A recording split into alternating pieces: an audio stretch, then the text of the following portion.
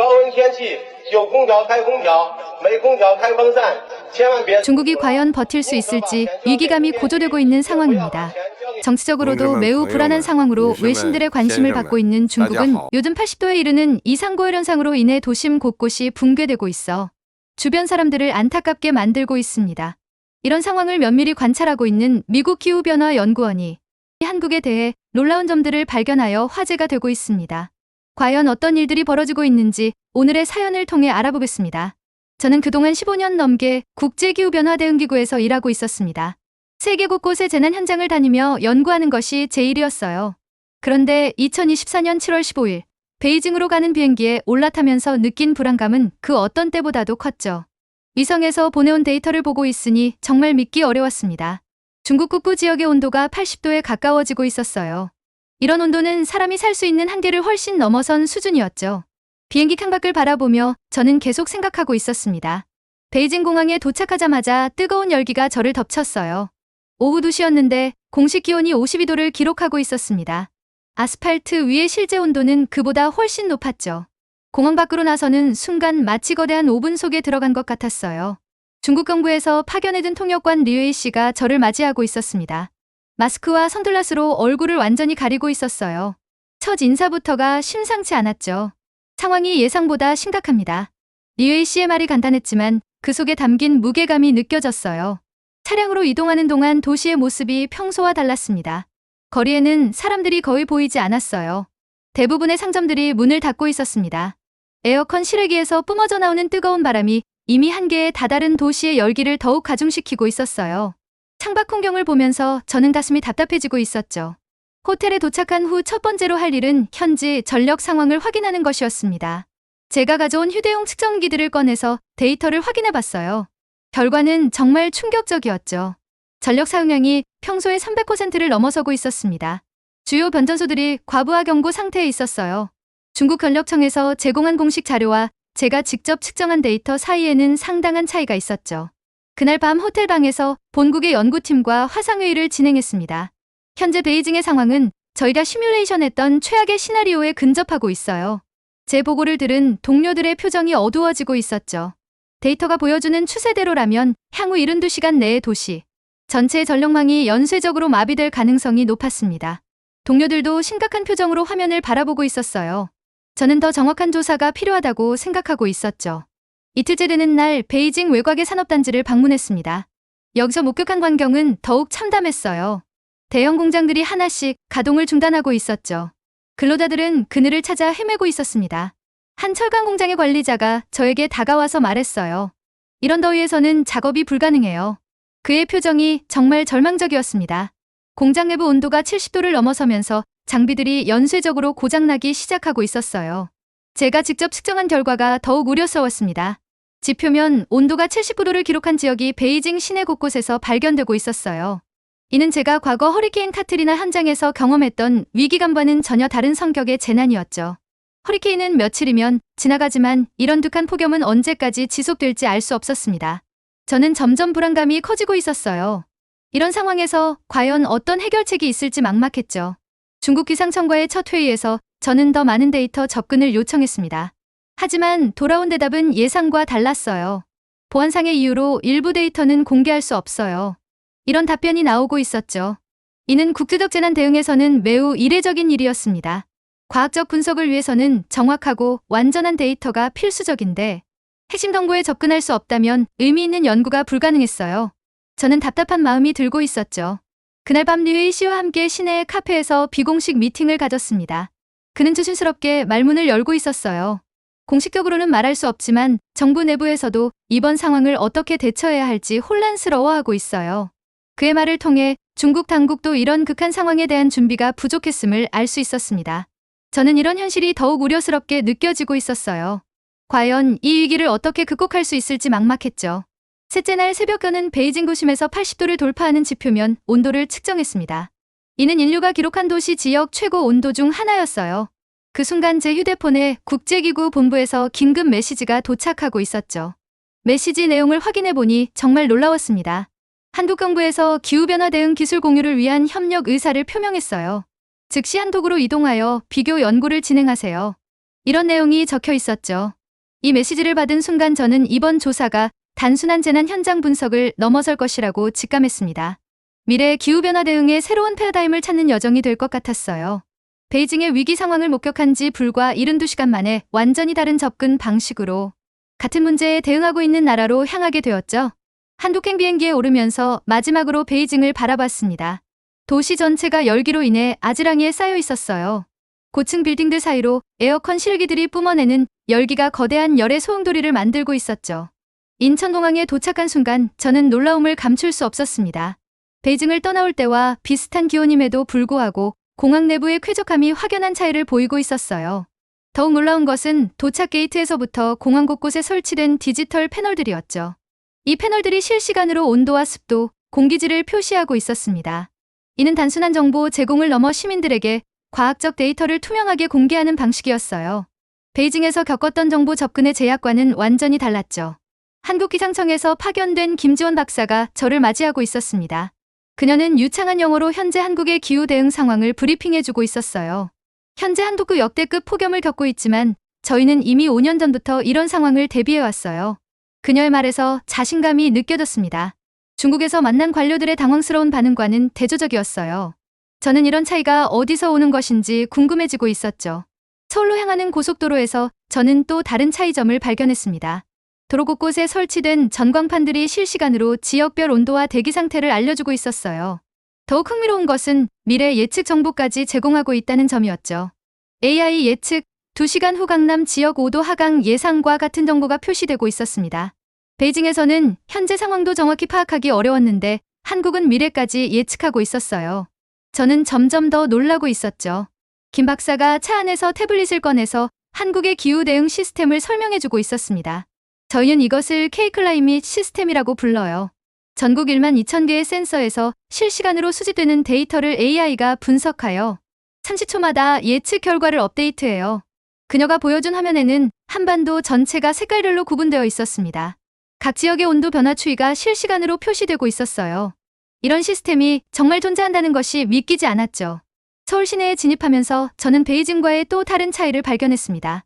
거리의 사람들이 평상시처럼 활동하고 있었어요. 대부분의 상점들이 정상 운영되고 있었죠. 건물들 사이사이에 설치된 대형 스크린들이 유용한 정보를 제공하고 있었습니다. 현재 온도 47도, 체감 온도 52도, 야외 활동 2시간 제한 권고라는 메시지가 표시되고 있었어요. 이는 단순한 경고가 아니라 과학적 근거에 기반한 구체적인 가이드라인이었죠. 저는 이런 체계적인 접근에 감탄하고 있었습니다. 한국기상청본부에 도착했을 때 저는 제 눈을 의심했어요. 건물 외벽 전체가 거대한 디스플레이로 되어 있었습니다. 실시간으로 전국의 기상 데이터가 시각화되어 표시되고 있었어요. 더욱 놀라운 것은 이 모든 정보가 일반 시민들에게도 공개되고 있다는 점이었습니다. 중국가 겪었던 정보 접근의 제약과는 완전히 대조적이었어요. 저는 이런 투명성이 정말 인상적이라고 생각하고 있었죠. 건물 내부로 들어서자 첫 번째로 안내받은 곳은 슈퍼컴퓨터 센터였습니다. 축구장 크기의 공간에 설치된 수백 대의 서버들이 24시간 쉬지 않고 데이터를 처리하고 있었어요. 이런 규모의 시설을 보는 것은 처음이었죠. 센터장인 박민수 박사가 설명해주고 있었습니다. 이 시스템은 초당 10경번의 연산을 수행하며 72시간 후까지의 기상 변화를 예측할 수 있어요. 이런 성능이 정말 가능한지 믿기 어려웠어요. 저희의 핵심은 예측이 아니라 선제적 대응입니다. 박 박사의 말이 인상적이었어요. 그는 대형 모니터를 가리키며 계속 설명하고 있었죠. 지금 보시는 것처럼 시스템이 3시간 후 강남 지역에 열돔 현상이 발생할 것을 예측했어요. 이에 따라 해당 지역의 지하철역과 대형 건물들에 자동으로 냉방 시스템 가동 신호가 전송되고 있어요. 실제로 모니터 화면에서는 서울 지도 위에 빨간색 원이 나타나고 있었습니다. 동시에 해당 지역의 각종 시설들의 대응 지시가 실시간으로 전달되는 과정을 볼 수 있었어요. 이는 제가 중국에서 목격한 사후 대응 방식과는 완전히 다른 접근이었습니다. 문제가 발생하기 전에 미리 대비하는 시스템이었어요.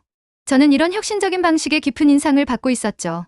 점심시간에 김 박사와 함께 기상청 구내식당에서 식사를 하면서 더 깊은 이야기를 나눌 수 있었습니다. 사실 5년 전만 해도 한국도 폭염에 대한 대응이 미흡했어요. 하지만 2019년 여름 대규모 정전 사고를 겪으면서 정부와 기업이 총력을 기울여 이 시스템을 구축했어요. 그녀의 설명을 통해 한국의 현재 기술력이 하루아침에 만들어진 것이 아님을 알 수 있었습니다. 위기를 기회로 전환시킨 것이었어요. 저는 이런 적극적인 대응이 정말 인상적이라고 생각하고 있었죠. 식사 후 오후 일정으로 대전에 위치한 스마트시티 실증단지를 방문했습니다. KTX로 1시간 거리에 있는 이곳은 미래 도시의 모습을 미리 경험할 수 있는 곳이었어요. 도착하자마자 저를 맞이한 것은 도시 전체를 덮고 있는 거대한 차양막이었죠. 하지만 이것은 단순한 그늘막이 아니었습니다. 이것은 스마트 캐노피 시스템이에요. 단지관리소장인 이상호 씨가 설명을 시작하고 있었어요. AI가 태양의 움직임과 기온 변화를 예측하여 캐노피의 각도와 위치를 실시간으로 조절해요. 또한 캐노피 표면에는 태양광 패널이 설치되어 있어서 차양 효과를 얻으면서 동시에 전력도 생산하고 있어요. 이는 문제 해결과 에너지 생산을 동시에 달성하는 창의적 접근이었습니다. 저는 이런 아이디어가 정말 훌륭하다고 생각하고 있었어요. 단지 내부를 둘러보면서 저는 연일 놀라움의 연속이었습니다. 건물들 사이사이에는 미세 분무 시스템이 설치되어 있어서 기온이 일정 수준을 넘으면 자동으로 냉각 효과를 제공하고 있었어요. 도로 포장재도 특수 소재로 되어 있어서 일반 아스팔트보다 10도 이상 낮은 표면 온도를 유지하고 있었죠. 그날 저녁 서울로 돌아가는 KTX 안에서 저는 하루 종일 수집한 데이터를 정리해보고 있었습니다. 한국에서 목격한 기술들은 단순히 폭염에 대응하는 수준을 넘어 기후변화 자체를 관리하고 통제하려는 시도였어요. 베이징에서 느꼈던 절망감과는 정반대로 여기서는 희망을 발견할 수 있었죠. 하지만 동시에 의문도 생기고 있었습니다. 과연 이런 첨단 기술이 실제 득한 상황에서도 효과적으로 작동할 수 있을까요? 저는 이것을 직접 확인해 볼 필요가 있다고 생각하고 있었어요. 한국에서의 셋째 날 실제 위기 상황에서 한국의 시스템이 어떻게 작동하는지 직접 목격할 기회를 얻었습니다. 새벽 5시에 김지원 박사로부터 긴급 연락이 왔어요. 오늘 오후 서울 남부 지역의 80도에 근접하는 열돔이 형성될 것으로 예측되고 있어요. 실시간 대응 상황을 참관하시겠어요? 이는 제가 베이징에서 목격했던 것과 동일한 수준의 위기 상황이었습니다. 저는 즉시 참관 의사를 밝혔어요. 과연 한국의 시스템이 실제로 어떻게 대응하는지 직접 확인하고 싶었죠. 오전 8시에 한국 기상청의 종합상황실에 도착했습니다. 거대한 원형 공간에 설치된 수십 개의 대형 스크린들이 한반도 전체의 기상 상황을 실시간으로 보여주고 있었어요. 중앙에 위치한 메인 스크린에는 서울 남부 지역이 확대되어 표시되어 있었죠. 점차 붉어지는 색깔로 온도 상승을 나타내고 있었습니다. 오전 9시 현재 해당 지역의 온도는 45도였지만 시스템 예측으로는 오후 2시경 79도까지 상승할 것으로 나타나고 있었어요. 저는 긴장감이 점점 커지고 있었죠. 상황실의 책임자인 정재훈 부장이 상황을 브리핑하고 있었습니다. 현재 T-5시간 상황이에요. 1단계 대응 체계가 가동되었어요. 그의 설명에 따르면 한국의 폭염 대응은 마치 우주선 발사, 카운트다운과 같은 체계적인 단계별 시스템으로 운영되고 있었어요. 이는 제가 중국에서 목격한 임기응 변식 대응과는 완전히 다른 접근이었습니다. 저는 이런 체계적인 준비에 감탄하고 있었어요. 모든 것이 미리 계획되고 준비되어 있는 것 같았죠. 오전 10시에 2단계 대응이 시작되었습니다. 화면에서는 해당 지역의 모든 대중교통시설과 지하상가, 대형 건물들이 일제히 냉방 시스템을 가동하는 모습을 볼 수 있었어요. 더욱 놀라운 것은 이 모든 과정이 자동화되어 있다는 점이었죠. 인간의 개입 없이 AI 시스템이 위험 지역을 식별하고 해당 지역의 모든 냉각 시설을 동시에 가동시키고 있었습니다. 정 부장이 태블릿을 두덕하며 계속 설명하고 있었어요. 지금 보시는 것처럼 시스템이 강남역 일대 17개 건물의 냉방 시스템을 동시에 가동했어요. 이를 통해 해당 지역의 평균 기온을 5도 낮출 수 있어요. 실제로 화면에서는 해당 지역의 색깔이 짙은 빨간색에서 주황색으로 변하는 것을 확인할 수 있었습니다. 이는 실시간으로 온도가 하강하고 있음을 의미했어요. 오전 11시에 더욱 정교한 대응이 시작되었습니다. 화면에 나타난 것은 서울 지하철 노선도였는데 각 역별로 온도와 승객 밀도가 실시간으로 표시되고 있었어요. 지하철 시스템도 연동되어 있어요. 위험 지역의 역들은 냉방을 강화하고 상대적으로 안전한 노선으로 승객들을 유도해요. 이는 도시 전체를 하나의 거대한 냉각 시스템으로 운영하는 개념이었습니다. 저는 이런 통합적 접근에 놀라고 있었어요. 모든 것이 하나의 시스템으로 연결되어 있는 것 같았죠. 정오가 되자 3단계의 대응이 발령되었습니다. 이제 화면에는 개별 건물 차원을 넘어 도시 전체의 대응 전략이 나타나고 있었어요. 한강에서는 대형 군무선들이 출동하여 강 위에 미세한 물방울을 분사하기 시작했죠. 이를 통해 도시 전체의 습도를 조절하고 열섬 효과를 완화시키고 있었습니다. 또한 주요 도로에는 특수 냉각 차량들이 배치되어 아스팔트 표면에 냉각액을 분사하고 있었어요. 저는 이런 대규모 작전이 정말 놀라웠죠. 오후 1시에 가장 놀라운 순간이 찾아왔습니다. 메인 스크린에 30초 카운트다운이 시작되고 있었어요. 무엇을 카운트다운하는 건가요? 제 질문에 정 부장이 미소 지으며 대답했어요. 서울상공의 인공구름을 생성하는 시점이에요. 30초 후 화면에서는 서울 남부 상공에 여러 대의 항공기가 나타나 구름 씨앗을 뿌리는 모습이 보였습니다. 이는 과학적 기상 조작 기술의 실제 적용이었어요. 저는 이런 기술이 실제로 가능하다는 것에 감탄하고 있었죠. 오후 2시 예측된 최고 온도 도달 시점이었습니다.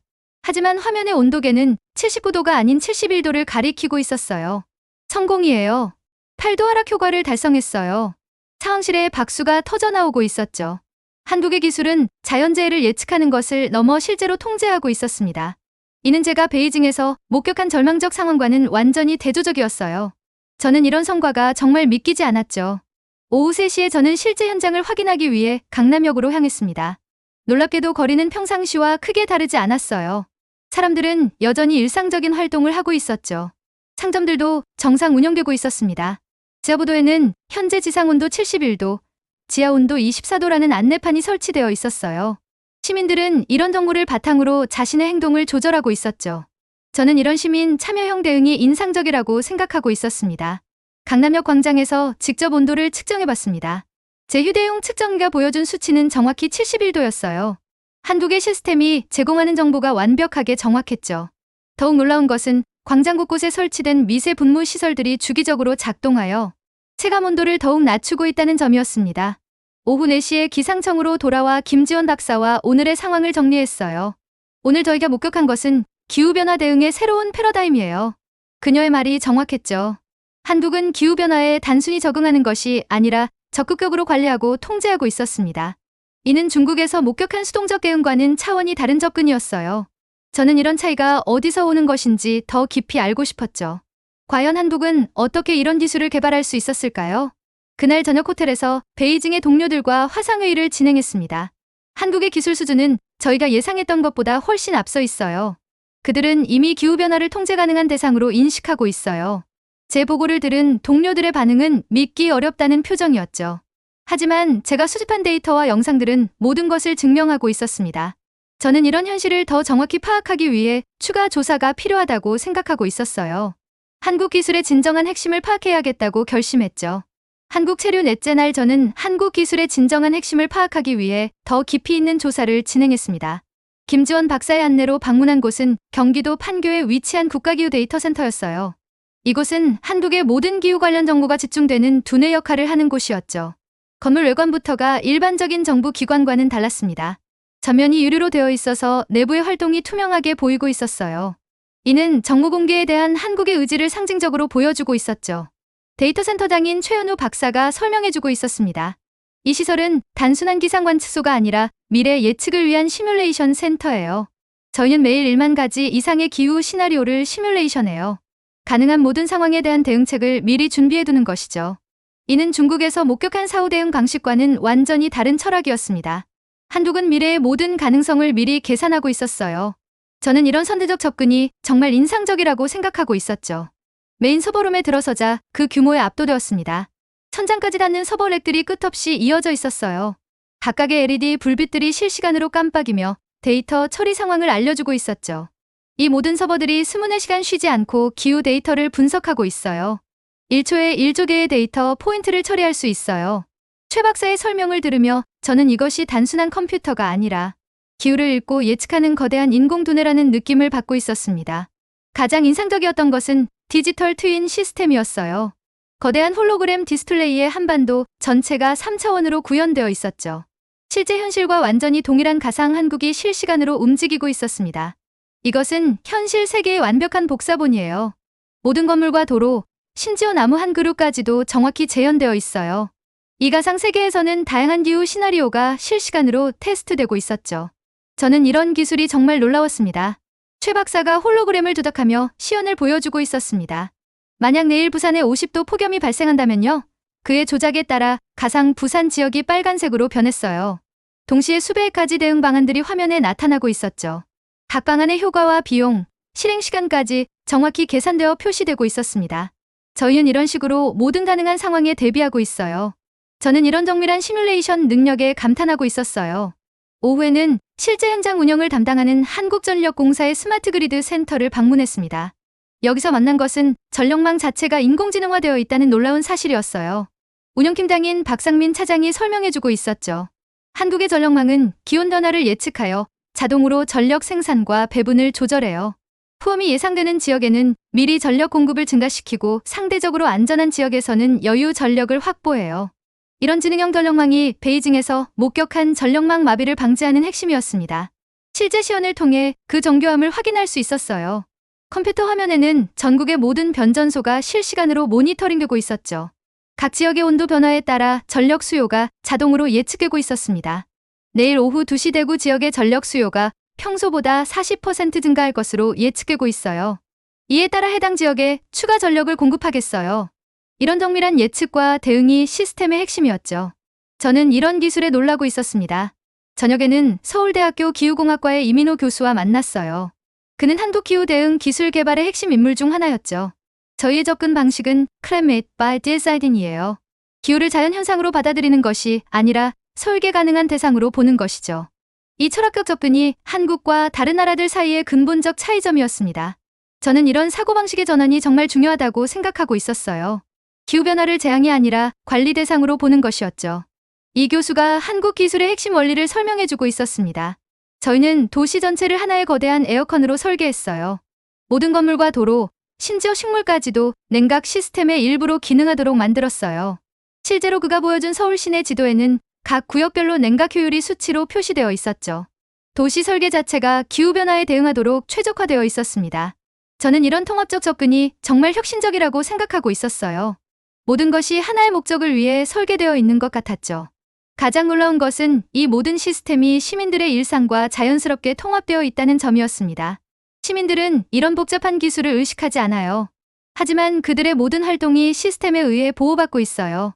지하철을 타고 건물에 들어가고 공원을 걸어 다니는 모든 순간이 AI에 의해 최적화된 환경에서 이루어지고 있었죠. 밤늦게 호텔로 돌아와 오늘 수집한 정보들을 정리하면서 저는 한국이 단순히 기술적 우위를 갖춘 것이 아니라는 것을 깨달았습니다. 한국은 기후변화라는 인류 최대의 위기를 새로운 기회로 전환시키고 있었어요. 폭염은 더 이상 재앙이 아니라 관리 가능한 현상이 되었죠. 도시는 자연의 위협에 대응하는 거대한 방어 시스템으로 진화했습니다. 베이징에서 경험한 절망감과 한국에서 발견한 희망 사이의 간극은 기술의 차이를 넘어서는 것이었어요. 이는 미래에 대한 비전의 차이였죠. 과학에 대한 신뢰의 차이이기도 했습니다. 그리고 불가능해 보이는 문제에 대한 접근 방식의 차이였어요. 한국은 이미 기후변화 이후의 세계를 살고 있었죠. 나머지 세계는 아직 기후변화와 싸우고 있었습니다. 한국 체류 마지막 날 저는 특별한 초청을 받았어요. 한국경과 운영하는 2030 기후대응 실증 도시를 방문하는 것이었죠. 이곳은 인천 앞바다에 건설된 인공섬으로 미래 10년 후의 기술들이 실제로 적용되어 운영되고 있는 곳이었습니다. 김지원 박사의 설명에 따르면 이 도시는 60도 이상의 극한 폭염에서도 정상적인 도시 기능을 유지할 수 있도록 설계되었다고 했어요.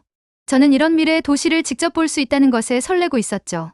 페리를 타고 인공섬에 도착하는 순간 저는 마치 다른 행성에 온 듯한 느낌을 받았습니다. 도시 전체가 거대한 돔으로 덮여 있었지만 이 돔은 완전히 투명해서 하늘이 그대로 보였어요. 이것은 플라즈마 쉴드예요. 도시관리소장인 정수연 박사가 설명을 시작하고 있었습니다. 자외선과 적외선은 차단하면서도 가시광선은 통과시켜요. 이를 통해 도시 내부 온도를 외부보다 15도에서 20도 낮게 유지할 수 있어요. 이런 기술이 정말 가능하다는 것에 놀라고 있었죠. 도시 내부로 들어서자 또 다른 놀라움이 기다리고 있었습니다. 모든 건물들이 하늘에 떠 있었어요. 정확히 말하면 건물들이 지상 50m 높이의 자기부상 기술로 떠 있었죠. 지상은 완전히 녹지 공간으로 조성되어 있었습니다.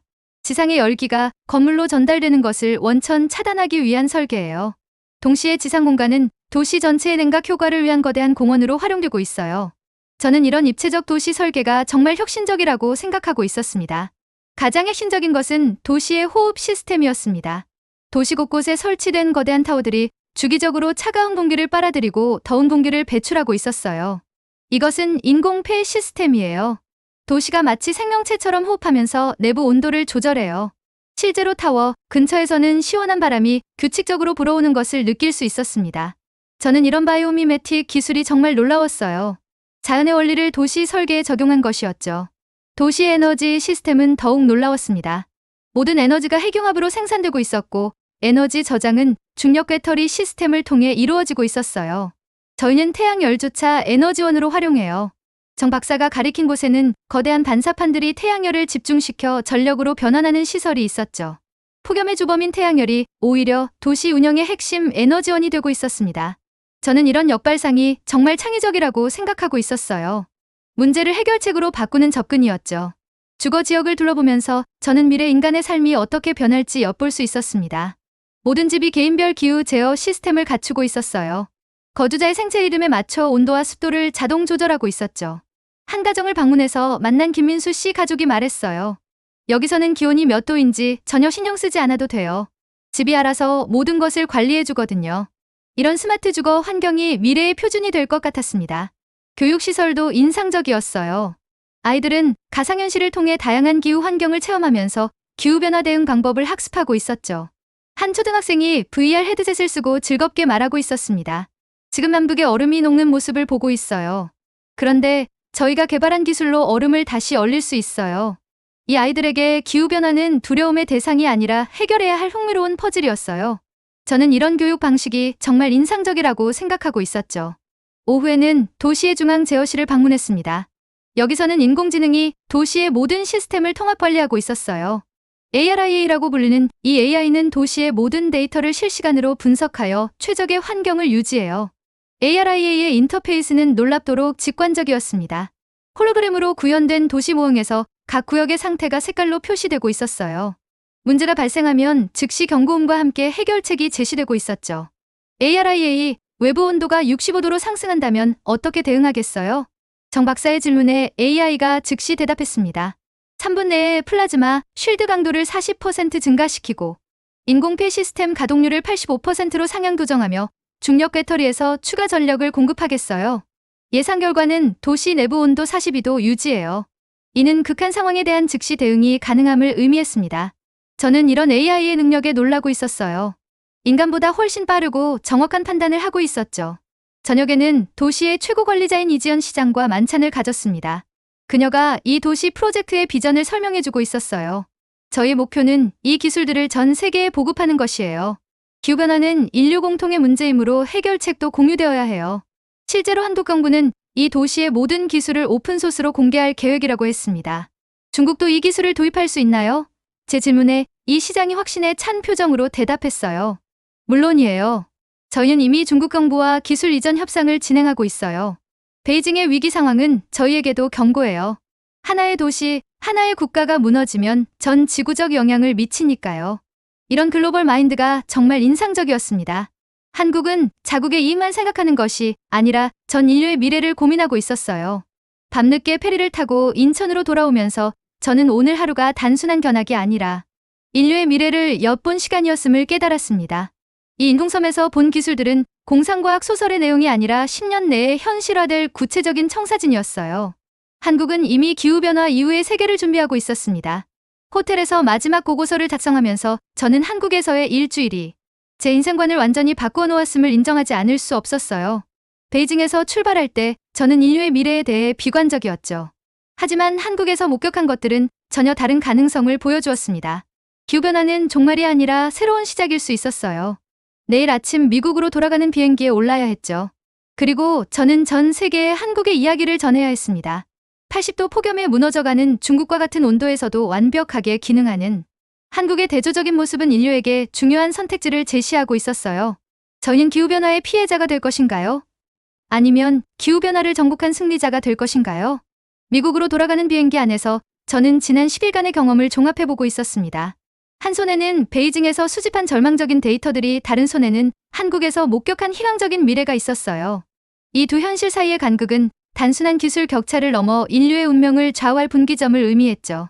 비행기 창밖으로 보이는 구름들을 바라보며 저는 기후변화에 대한 인류의 대응이 결국 선택의 문제라는 것을 깨달았습니다.